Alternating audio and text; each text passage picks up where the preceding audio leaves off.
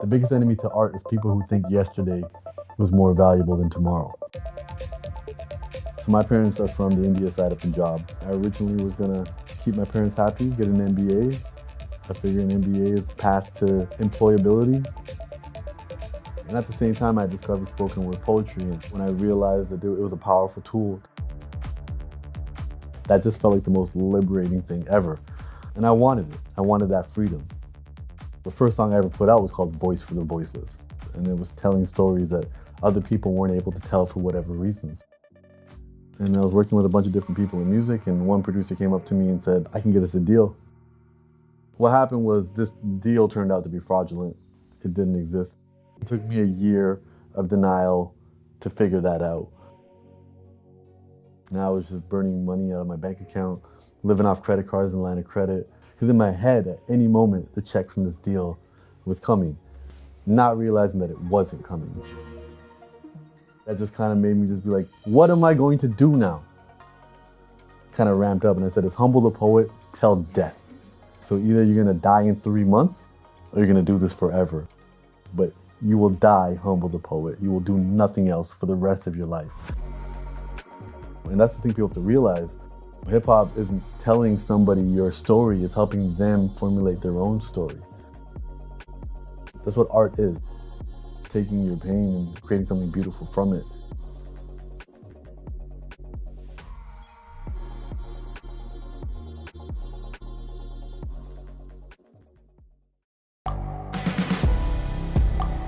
The world is changing.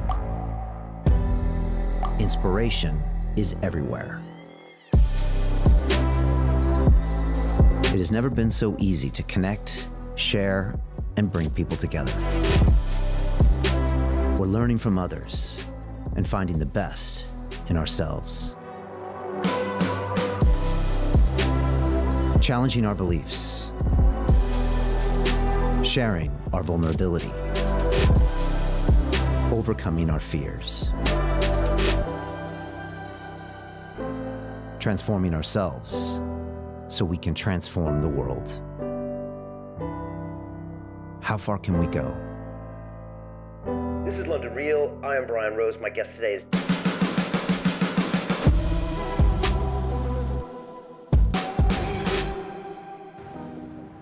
Humble the Poet is a spoken word artist, rapper, and author, but he wasn't always this successful and this famous. He used to be a high school teacher in Canada 10 years ago and decided to quit and go all in the music business and the performance business, and he struggled. He got ripped off. He lost all his money. He had to move back in with his parents and really try to discover who he was. He started writing, he started blogging. Those turned into a book. That turned into a commercial with Apple, and he slowly started figuring out how he had to show up every day in order to be successful. And this man, even though he's still fairly young, has so many philosophical ideas that we all can learn from, and it's gonna be great to watch his career go up and up and up. He's got his second book out. He's creating more music videos. He's touring with his spoken word, and I think we can expect great things from this young man. So sit back and be amazed and surprised with Humble the Poet. This is London Real. I am Brian Rose. My guest today is Humble the Poet, the Canadian author, rapper, and spoken word artist. In 2010, you left your job as an elementary school teacher to pursue poetry and music full-time. And today, your videos have millions of views and you are touring the world. You've written 2 books, UNLEARN, 101 Simple Truths for a Better Life, and your latest, Things No One Else Can Teach Us, which shares raw and honest stories about how to change a mindset can radically alter one's outlook. Humble, welcome to London Real. Thank you for having me. Thanks for being here, man.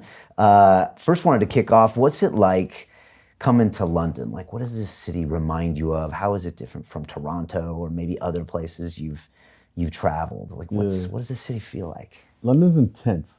I think that's the best word. It's just intense. People love what they love out here. So, you know, when I first started performing out here, like in 2011, 2012, everyone that showed up knew all the lyrics and they were there. It wasn't kind of an obligation or just a passive thing they could do on a Friday night. They really cared. And you see that, you know, with all the soccer riots, and you see that with just the passion with everything that they care about. So I think that intensity really shines in a positive and a negative light.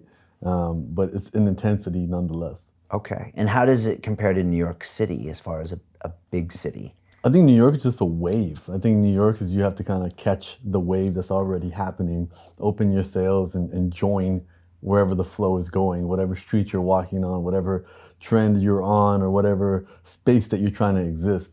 And I think it's challenging because I have to think, especially with New York as of recently, there's not a lot of brand new things being credited coming out of that city. But it's one of the biggest, most intricate bird's nests we've ever created, and just the scale of it. But I think where over here you have a little bit more critical thinking, but at the same time it's just there's an enthusiasm that I don't think I've ever witnessed anywhere else, and I think that just kind of has to do with maybe the cheeky sense of humor people have out here. I think there's a little bit of a fascination with what's happening across the pond. I think, North America still kind of sets the standard for what content can be.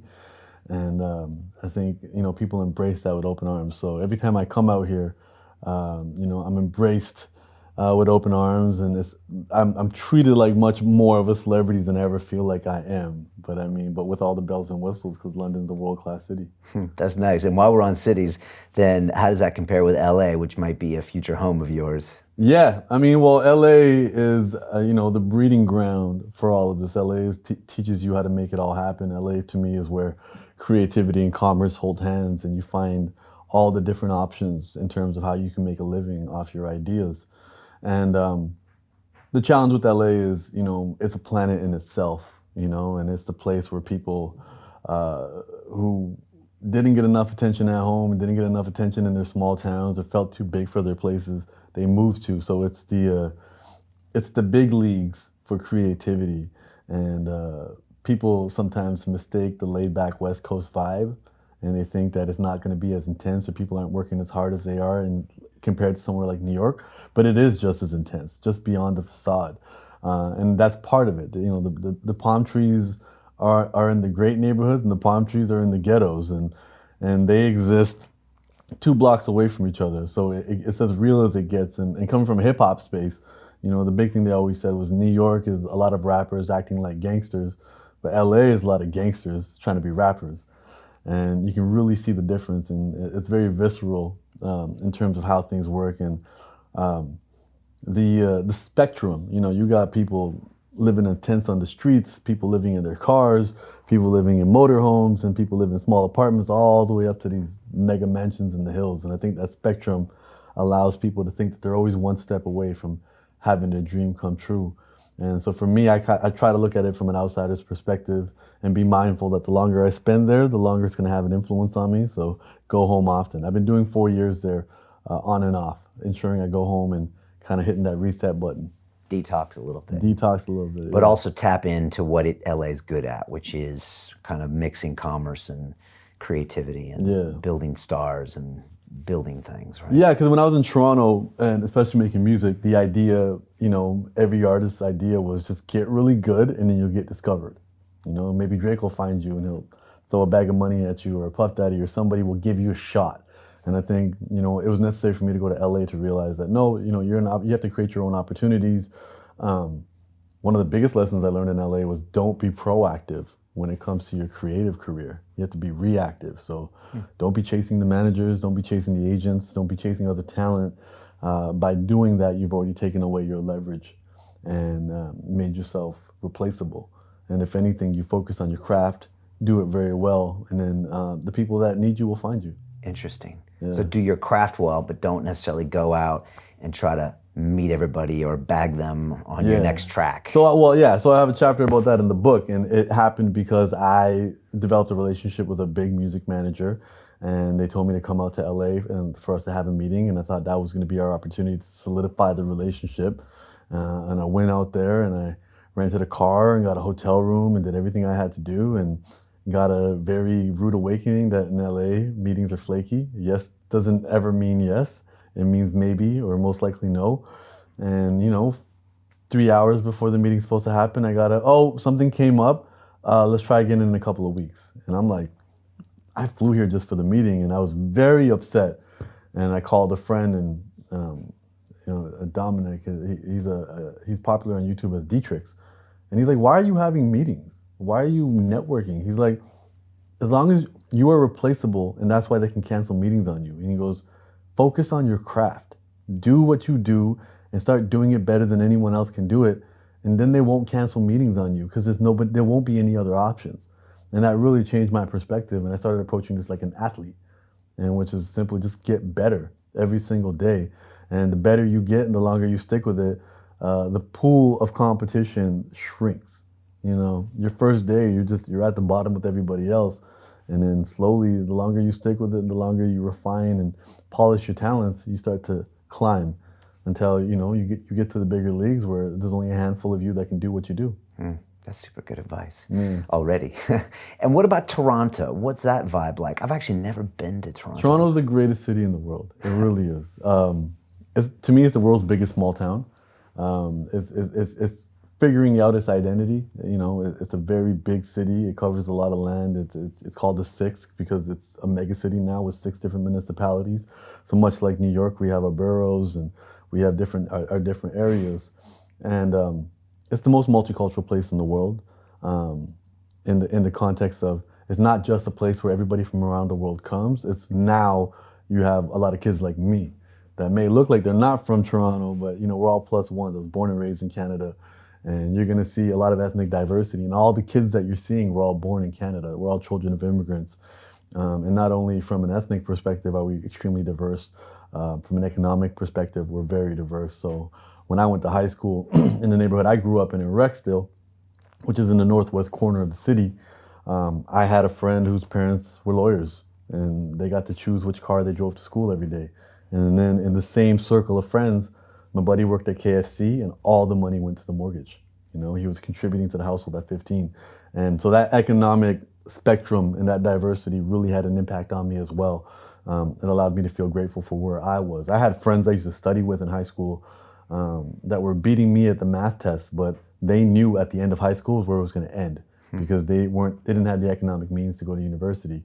And that really stuck with me. In addition to just being exposed to all these different cultures, my best friend growing up was from Trinidad, and the first birthday party I ever went to was the Trinidad birthday party. And now every year I go to Trinidad just because it feels like home. It feels like nostalgia. And sometimes when I'm in the States, they don't get that. They use terms like cultural appropriation when they're like, well, you're a brown guy and you're rapping. That's black people's culture. Or if somebody uses a different hairstyle, if we use different languages. And I think what Toronto is really the future of what a multicultural society looks like. And London is very multicultural, but London's still intense. And I think there's some divides in there. But sometimes London does give me that hint. Once I was here at a McDonald's, just using the bathroom, and a Jamaican dude walked up to me and said, "Kedan." And Kedan is slang for like, "Hey, how you doing?" It's not a formal greeting. It's the type of slang you say to your homies, and in Punjabi. So you knew he grew up with a lot of Punjabis, and it's more of a integrated, we're in society type situation. And Toronto has a lot of that. So in my high school, we had about 80 different languages represented, and it was only a handful of white folks at my high school. And then when I taught in the same neighborhood when I was an elementary school teacher, and I never had a white student for the 7 years that I taught. It was all new immigrants coming into the country. And in Canada really doesn't look at itself as a melting pot. It's more like a salad bowl. Everyone comes, can stay who they are, and just mix amongst everybody else. And everybody makes space for everybody. And you start to see the commonalities of people in the diaspora in terms of, my mom treats me the same the way as my friend Mohammed, who's from Somalia, his mom treats him. Like immigrant moms are very the same. Immigrant dads are the same. And we started to see that lineage and those connections. And that made us have a lot in common. And in addition to that, Toronto being one of the only major cities in Canada gives us our own little issues. We think we're the center of the universe. I recently had a meeting in LA with somebody who was also Canadian from a small town, not a smaller town, smaller city, Edmonton. And half an hour into the meeting, she's like, "You're such a Toronto boy." And I was like, that's a stereotype I probably live up to. And it just comes from us being that one big city. And you're like the best in Canada. And we're like the best. Yeah, we're like the only thing that matters sometimes. Right. And we got and now with the world champion the world championship basketball team with the Raptors, and us doing super well in the music space with Drake, The Weeknd, Tory Lanez, Jesse Reyes, and Shawn Mendes. We're a creative hub. Great things are happening. Google is building a little society, Sidewalk Labs out there. We have a growing tech space. And it's a place where a guy like me can get a seat at the biggest tables. And so when I think of, having to do work in LA, that's like a super small fish in a very crowded, muddy pond. And in Toronto, they gave me a shovel and they said, let's dig the pond. Let's figure it out. So you mentioned Drake there, but you've also mentioned that Drake's the kind of guy that doesn't take all the air out of the city. Yeah. Like, he doesn't necessarily dominate and allows room for other artists. Yeah. Can you explain that? Yeah, I mean, oftentimes when, especially him being the first artist to really penetrate internationally and put on for the city, he really had an opportunity to be the gatekeeper and to be like, if you want this international status and if you want to be a mainstream success, it's got to be through me. And he didn't do that. When other artists were finding their own lanes and coming up, he made space for them. Either he supported them and shared his platform with them, or he just completely just stayed out of their way.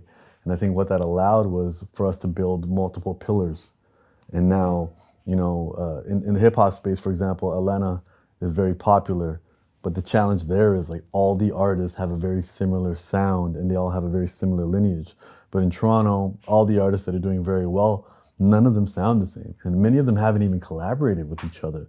So it's this opportunity where we have all these individual pillars holding up the city. So if tomorrow Drake decides to retire, we still have The Weeknd, who's one of the biggest R&B artists, or we still have Tory Lanez, who's another hip hop artist, who's been, he's just finished his own world tour recently. And in the pop space, we have Shawn Mendes, and we have Alessia Cara, who's singing Disney soundtracks now. And everyone has this space, and I think that way we're not just a wave. It's not a certain sound that's going to be popular for a few years and it's going to fizzle out and people are going to look for the next sound. It's going to be, the city has had so much and it's been over-prepared for so long. And the moment one of ours figured out a trampoline to bounce off of, he made space for other people to do the same. Over-prepared because there was so much talent and it was just waiting to kind of pop, and then Drake showed everyone, well, wait a second, there can be great artists here, and there was a whole deep talent pool there. I think there was a deep talent pool, but what Canada specifically doesn't necessarily have in comparison to the States is the entrepreneurial spirit. Everyone's working hard and trying to get hired.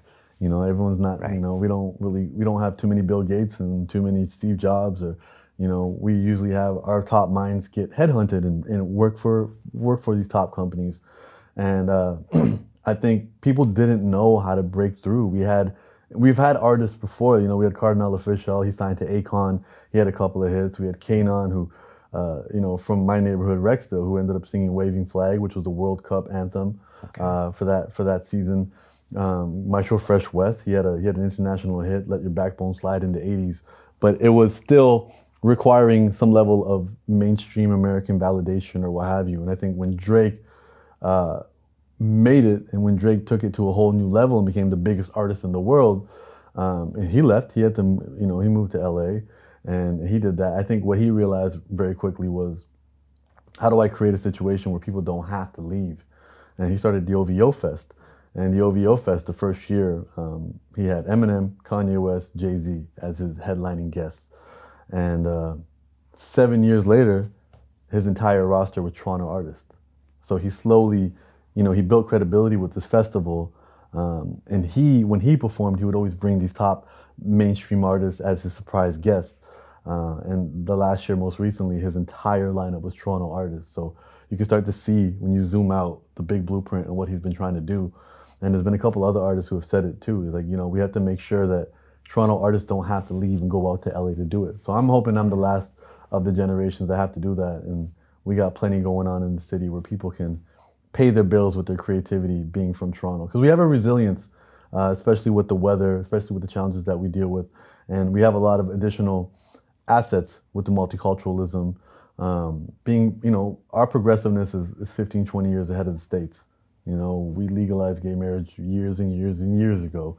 I recently did a commercial for Apple where I was told, don't lean on multiculturalism, find something else to celebrate. And it helped me realize that, everyone's so comfortable being who they are that now they can celebrate being who they want to be. If they want to be that posh dude or that hipster or that goth dude or that skater boy, they can be whatever they want to be. And that's how they'll be seen more so than their ethnicity.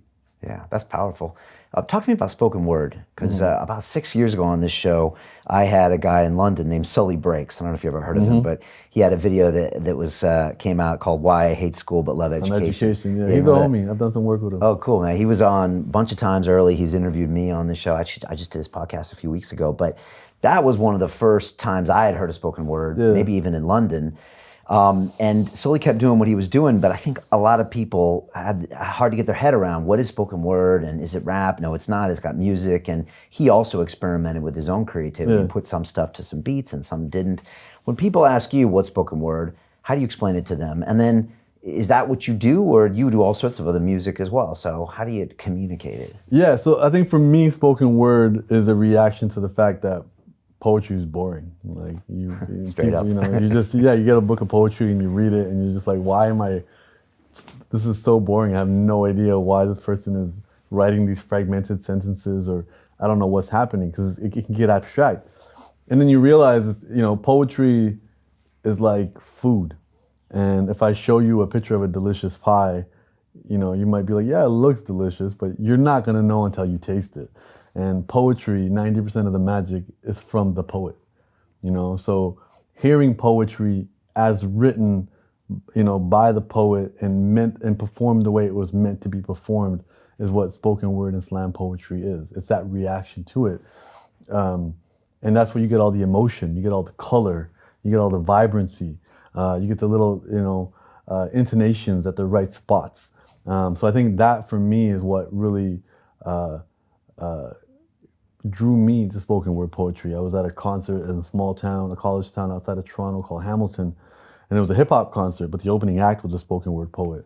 And to watch him perform, and he was completely free because he wasn't doing it on music, and he was able to pronounce the words any way he wanted. He was able to shout, scream, whisper, cry, laugh, and do all these things. You're like, wow, there's so much in these words that I would have never picked up on. And most of our exposure to poetry is what we were forced to read in high school, and whether it was Shakespeare and you don't understand half the things he's saying. So for me, spoken word was hear it from the horse's mouth and hear the magic that comes from it. And once you've heard it, then go ahead and read their book, and now you'll have some more context. Was Henry Rollins one of the first guys that people knew? Because he used to do that early on. He's right? punk as well, and he's raw. He's a rock star, and he's energy and aggressive. Exactly, and I think definitely. And I think what it also was is, for underrepresented communities, it was a place to tell your stories. I think people don't even realize, especially even in the Black community, like hip hop in New York, when it first came, like it was shunned. Like it was such a small community. It wasn't embraced as even Black culture at that time. They were listening to rhythm and blues and jazz and even rock. And what I think what hip hop and poetry, what it was is it was a reaction to also the lack of resources that you need to be a creative. If you want to start a rock band, you need resources. You need training and instruments and stuff. Or if you want to, dance to country music, you need space to square dance and do everything. And hip hop culture was, it's kind of like the soccer of music. Soccer, all you need is something that looks like a ball. Right. And just kick it around, and something that looks like a net. You don't need any expensive equipment or training, ice skates and pads or anything like that. And hip hop was like, you just need a story, you need a beat, and we all come, pre-built with one, and share your story. And there is a close relationship between slam poetry and hip hop, and I think hip hop is a little bit more structured. And I mean, it literally, DJ Kool Herc in the 70s was throwing parties, and while the people were dancing, he just kept bringing the record back so the music wouldn't stop. And then he started chanting over the music, which became rap. So I think from that perspective, the poetry was sharing the important stories. The hip hop was the fun escape, and they didn't have a lot of room in New York to have these parties, so they developed breakdancing, which was literally 10 people standing around watching one person dance, and on a piece of cardboard, so you could see it was really a reaction to what they had around them. And during the break beats. Exactly. So for me, it was like, I started with spoken word, always knowing, I grew up as a fan of hip hop, And then, my flavor of spoken word was literally rap without music. And then I got into writing spoken word with some music in the back, like just kind of for some ambience and emotion. And instantly my words would snap on to the beat. I had played percussion as a kid. I played the tabla, and I learned how to sing different religious hymns that my parents put me in those classes. So I had some musical training that my parents didn't realize was gonna prep me for this world. And then so hip hop was just a natural progression from there. But I started doing spoken word, and I was performing at the coffee shops and the open mics. And for me at that point, I was working as a teacher. It was just something to do to impress girls. Wow. Dude, there's a movie that just came out on Netflix called Dolomite. I don't know if you've seen it, but it's Eddie Murphy talking about this guy, which I had heard made references to before, but he kind of made these, I guess, kind of like, you might call them blaxploitation films back in the 70s, but it was a guy who made his career in New York City actually standing up and doing this kind of raw and raunchy spoken word stuff. Yeah. And they were saying that it was kind of some of the building blocks for later rap and hip hop. And I never knew his story, but it's actually a really well made movie. And like Wesley Snipes is in there and Eddie Murphy and Chris Rock. And it's just fascinating to realize that, hip hop, like you said, it just started off with a break beat and some guy being an MC, and then it turned into more, and then they learned how to loop those beats, and then the breakdancing came out of it, and I'm a big fan of that. I've had a couple B-boys on here, and then all that culture developed DJing and the graffiti and, there's tenets to hip hop. And you think about it, like, these were underrepresented communities and underserved communities. And, as a school teacher, I can tell you, the only times the kids are fighting is when they don't have the words. They get frustrated and they need to get something out, and then they'll throw a fist. And, these guys lived in challenging neighborhoods, and if there was somebody there that could articulate their struggle, and that's the thing people have to realize, hip hop isn't telling somebody your story, it's helping them formulate their own story, and even that's why I liked Ice-T. Yeah, exactly. That's why when he looked out and saw all the white boys in the crowd, at first didn't make sense to him, but that's what they were. They were articulating the anger. He was telling them their story. Right. Yeah. It happens for anybody. Exactly. And he's put in, and that was his gift, and he was helping them put their ideas in words. And I think that's nothing new. That's been happening since the beginning of time. And, being able to do that, I think it became almost kind of like a valve venting release for communities. That's what art is. I think art is taking your pain and creating something beautiful from it. And when people can express or feel like someone else can express their feelings, you're saying that leads to just more harmony? It leads to more harmony, but it also, I think, it'll create an exponential growth in storytelling as well. So it's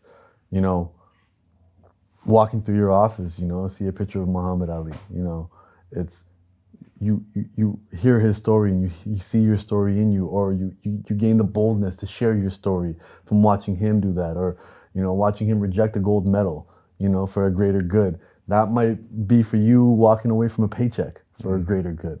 And it's we learn from each other. We're tribal animals. We exist in relation to each other. So I think, when it came to certain communities that didn't have the education and all the art required certain resources and education to create, hip hop was a saving grace for that, especially for all, the vast majority of people are underrepresented and not living in the best conditions. So for me, and the first song I ever put out was called Voice for the Voiceless. And it was telling stories that other people weren't able to tell for whatever reasons. And I always viewed it that way. I viewed it kind of as a responsibility, where it's like, I know how to put words together. I'm also working with young kids, so I know how to package information in a way that's digestible. Let me tell stories that other people aren't able to tell. And you very, very, very quickly realize that we're all in the same boat. Like, we're all dealing with the exact same things. It's all our anxieties towards the future. It's all our regrets towards the past. It's all the fact that we're not spending enough time in the present. And, that story gets told in a million different ways. And if you're able to articulate that, and sometimes it's got to be the fun stuff. I always think about Black Eyed Peas, tonight's gonna be a good night. They're not telling you about their night. They're giving you your anthem for your what you need to be listening to while you're pre-drinking with your friends or getting ready in front of the mirror. That's what they're giving you. Or when Jay-Z and Rihanna like, we gonna run this town tonight. Again, they're not bragging to you. They're giving you an anthem. They're giving you something to sing along and be a part of. Right. And it's the same reason we go to sporting events. We want to be a part of something bigger than us. And these anthems and these songs allow that when we go to concerts, when we sing them in the car, that we're a part of something that everybody's connected to. And I think, whether it's the national anthem, it's the same thing. And there's something to be said about using our voices. I think that's a direct line to our heart. And I think that's why so few people are hesitant to do that. So if you just, if I start off the poem and that gets somebody else to start off their own poem, then, we're in a good space. Yeah, there's like these weird spiritual practices that we've put on the shelf because, religion has its all connotations, but we used to gather and sing together, right? We used to do all of these things that we don't do anymore. And then it comes out in football anthems because we have a need to do it, right? And connect. I never thought about that going through the heart. I want to hear your story about like quitting being a school teacher, but you mentioned your parents first. Tell me about being first generation. What's it like? Where were your parents from? What are their thoughts? You said that your parents are kind of similar to the Somali parents. What does it set you up for in your life? Yeah. And how does that make Toronto different too? Yeah, so my parents are both from Punjab, which is a northern state in India, but also a state in Pakistan. So when India and Pakistan broke up, the bigger chunk of Punjab ended up going to Pakistan. Actually, when India and Pakistan broke up, that was the largest human migration in human history. That's crazy. 25 million people, and there was a lot of bloodshed, a lot of challenges that went with that. So my parents are from the India side of Punjab, but they have some roots that would have gone everywhere. So the tattoo on my neck is the original Punjab before it broke up. And Panj means 5, Ab means river. So to be from Punjab is to be from the area of the 5 rivers. My mom came to Canada in the 70s. She got sponsored over by her brother, who had, I guess, found some work in Canada, and he started bringing his family over. And then she was told she was going to marry my dad. That's kind of how it worked, arranged marriages. And that's what got him into the country. And my dad went to university in India. He went to Jaipur University. He had a master's degree in economics, but never had an opportunity to use it in Canada. Worked odd factory jobs until he got his taxi license, and he drove a cab until retirement. And always stressed education on me. And with the limited tools that both of them had, their goals were simple: make money, bring more family over, and set your kids up for a quote unquote better life. And for them, better life just meant more money and hopefully something that had some safety and security. So the joke is with all immigrant kids is all your parents want you to be is a doctor, lawyer, engineer. And that's one job. And the doctor, Sully lawyer, Brake says the same thing. His parents are from Ghana, and it's that's the what same. they wanted. Yeah, they just want you to be, and that exactly. That's why we connected. It's just That's the why- immigrant narrative is come here. We'll scrub the toilets. We'll work at the gas stations. We'll drive the cabs, so you can be the doctor, lawyer, engineer, and then everything will be fine Right, after. happily ever after. Happily ever after. Right. And I don't hold it against them within their limited scope of thinking that that's the best thing.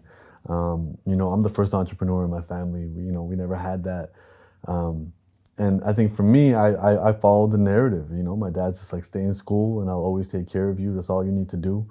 And, I have 2 older sisters, and they stuck to the script much better than I did.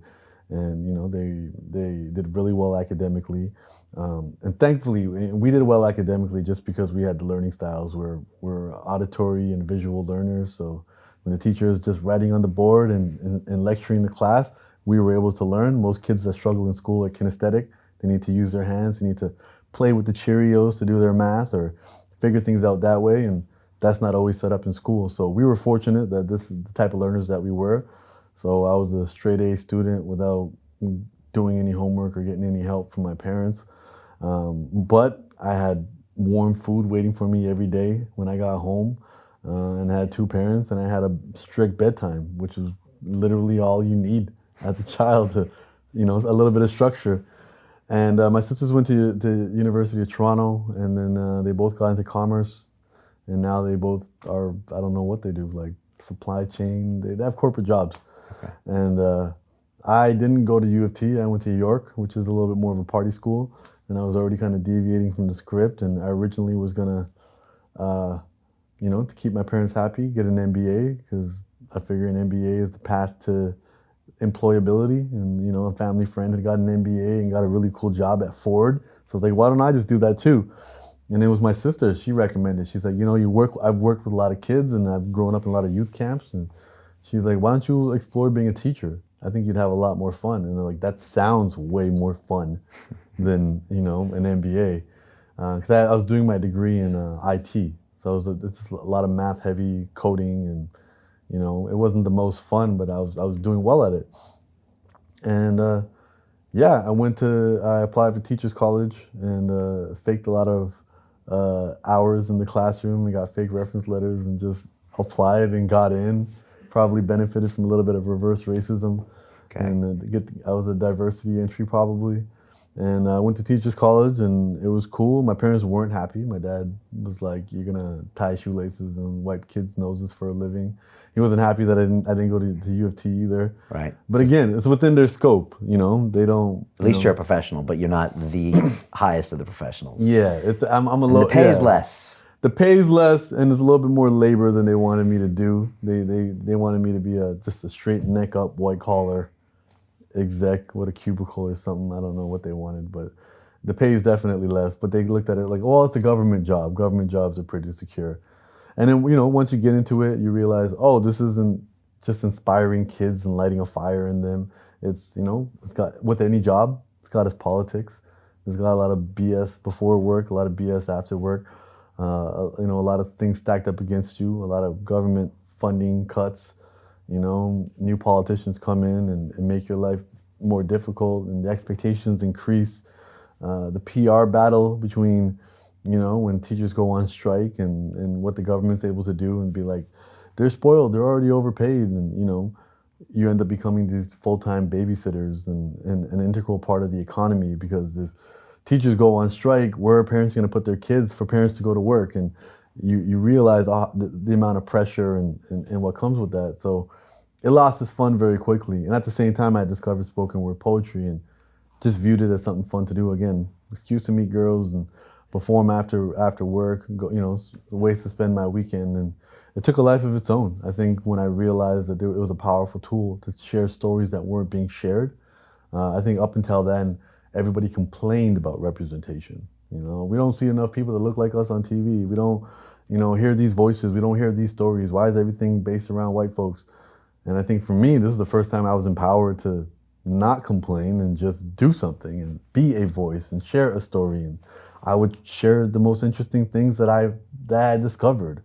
When I learned about the relationships between Somali pirates and the toxic waste that came up ashore, that came from the tsunami that happened in Indonesia, and realizing, and I'm like, this is a story that needs to be told. So I wrote a song about it. Or, if I took a deep dive in the Israel-Palestine conflict and be like, whoa, this is not black and white. Let's write a song about it. Or if I learned about Punjabi truck drivers in my community going down south, having unprotected sex with sex workers and infecting their unborn children with HIV. So these kids are doomed before they're born. And like, this needs to be talked about. And I really looked at it from that lens. And at the same time, I had a job, so I was like, I'm good. And every struggling artist I knew, and full-time artist I knew, which was a struggling artist, I was like, I don't want that life. I didn't have grit back then. I didn't have a work ethic. I just wanted, no, not at all. Okay. Not at all. Maybe my last year at university, when I knew it meant getting into teachers college, I was able to turn it up a little bit because I had a why. But before that, I was just cutting corners. I was smart enough not to work hard. And this was something that was exciting me to do. So I'd work hard at it, but I was working hard at it still with an ego of like, I'm not a sellout. I don't need no money for this. I can fund it myself. And all these artists, I'm watching them struggle and I don't want to live like them. So I'm good. That's an ego, not principles. That's ego. Definitely ego. Can you explain that? Yeah, it's very often, what I realized is when I needed to get paid, it was making a choice between you feed your wallet or you feed your ego. And the ego is insatiable, in many ways. And what I realized as an artist was, to say you're not a sellout is just, trying to appease some invisible audience of people who haven't even noticed you yet, let alone are judging you. And also just running away from challenges, seeing these full-time artists and being like, ooh, I don't want to live like them. This seems hard. Not realizing that the universe was going to make it all happen that way anyways. Right. I spent a summer in the Bay living and working with a full-time rapper. And again, I was faking it. I had a salary coming in so I was okay financially, but I was sleeping on his floor because he was roughing it. And even he came from a well-to-do family, and he had kind of rejected their support to rough it. So we're these two boys just full roughing it, knowing at any moment if we need to, I can pull out some money from the ATM and get a hotel if I needed to. So you're laughing at yourself to a certain extent. Kind of. At that point, I thought I was roughing it, but I really wasn't. I was just testing my limits. But he was working really hard, and he was paying his rent through his music. And every day he'd wake up and just rap outside the BART station, or he'd go to a concert and negotiate with the promoter and be like, hey, let me be the opener to your opener. Just give me $50, something small. And always made him a deal they couldn't refuse. And the money would add up. And then he'd make enough money to pay his rent, which was $200 a month because he just rented a room. And then after that, just made more money to party. And I was like, wow, like what a life. This is super cool. And the freedom of it. He woke up every day and decided his day. And for somebody who was plugged into the 9 to 5, that just felt like the most liberating thing ever. And I wanted it. I wanted that freedom. And the summer came and went, and September hit, and I couldn't get back into the mojo. Normally, your summers reset you, re-energize you. You're excited for September. It's first day of school, just like with the kids. And I couldn't get back into it. And I was working with a bunch of different people in music, and one producer came up to me and said, I can get us a deal. We can write some music for some of these new artists, and it'll pay like 120 grand. That's more money than you make in 2 years. And I was living at home at this point, so I was very irresponsible with my money. I was investing in penny stocks. 2008 came, wiped that all away. I was buying things I didn't need, but it didn't matter because I was living at home. And in our culture, you don't leave home. You just get married and take over the house. So I was living in a mortgage-free household, and just literally my entire salary was allocated to paying off debt and buying things I didn't need. And the debt got unmanageable, and I was like, I need something. I need one miracle swoop to get rid of it. And this record deal sounds like it's going to be the thing. So I did what any, quote unquote responsible adult would do. I quit my job and I jumped headfirst into this record deal situation. You're like mid-20s? Mid-20s, yeah. Okay. And do you ever advise people to quit their jobs and go for something else? Because we both have experience of doing that. Yeah, definitely. But I quit my job thinking I was making more money. And that was a promise that I kind of made myself. I was like, I'm never going to leave my job until the art would pay me more. And I think what I probably did is I put that out into the universe, but I also probably said that around these people. And what happened was this deal turned out to be fraudulent. It didn't exist. It took me a year of denial to figure that out. So what ended up happening was, and I had moved out and lived, I was living on my own at that point in a condo that I originally had as an investment property, my rainy day investment property. And I moved in, kicked out the tenant. So that was no longer a source of income for me anymore. Now I was just burning money out of my bank account, living off credit cards and line of credit. Those all ran out, started borrowing money from people. Because in my head, at any moment, the check from this deal, the first half, the 50% signing bonus was coming, not realizing that it wasn't coming. The deal was never there. This producer was trying to run some sort of Ponzi scheme. I'm not sure what he was trying to do. Is this standard in the business? Now that I'm in the business, no. Okay. Now, no, not at all. It's so weird. Like the amount, some of the biggest deals I've done have been based on handshakes, and it's been okay. I think, no, this was somebody I think that saw the potential in me and thought that he could accelerate things if he borrowed from this person, gave it to me, and then we would have earned some more, and then he would have paid this person with that person. And I think they just came from a place where their parents probably didn't do things above board, and they were just continuing that lineage. And I view them with compassion now. I don't hold any resentment towards them, because what they did do was they pushed me off the cliff. Right. They got you into the biz. They got me into the business, which I wouldn't have never done because I was too hesitant. And they pushed me off the cliff, and I had to find my wings before I hit the ground. And They always say if you knew what was involved in doing X, Y, Z, you would never start. If I knew what was to be involved for doing a show like this, are you kidding me? It's like 100x harder, longer than I ever thought it would be. Exactly, But and it's the same thing. My naivete, thank God, pushed me into it because And that's the thing, yeah, exactly. Great journey, you know. It's you gotta be a little foolish to do it, and that's when, so pretty much end of 2011, I was $80,000 in debt, no sources of income, mortgage payment due, and music career not advanced. I mean, the music career was advancing. Like Humble the Poet was making strides. He wasn't making pay your mortgage strides. He was making, let's take my homeboys out to dinner after the gig strides. Like, you know, I'd get $200 after a show or something, you know, and I get a show once a month. Like, and when I was a teacher, I didn't care. Like, it was bonus money. It literally, I'd make all my friends come with me, and then I'd pay for the night. But when that became my only source of income, it was clearly not enough. And at this point, you know, this producer, I considered him a brother. I probably leaned into that too much because never having a brother of my own, and was heartbroken off of that. I just had ended a relationship as well. Was heartbroken off of that. So it was just, I felt like I was just completely in the dumps. And how do you come back from that? And are some of those lessons in these books? To continue watching the rest of the episode for free, visit our website londonreal.tv or click the link in the description below.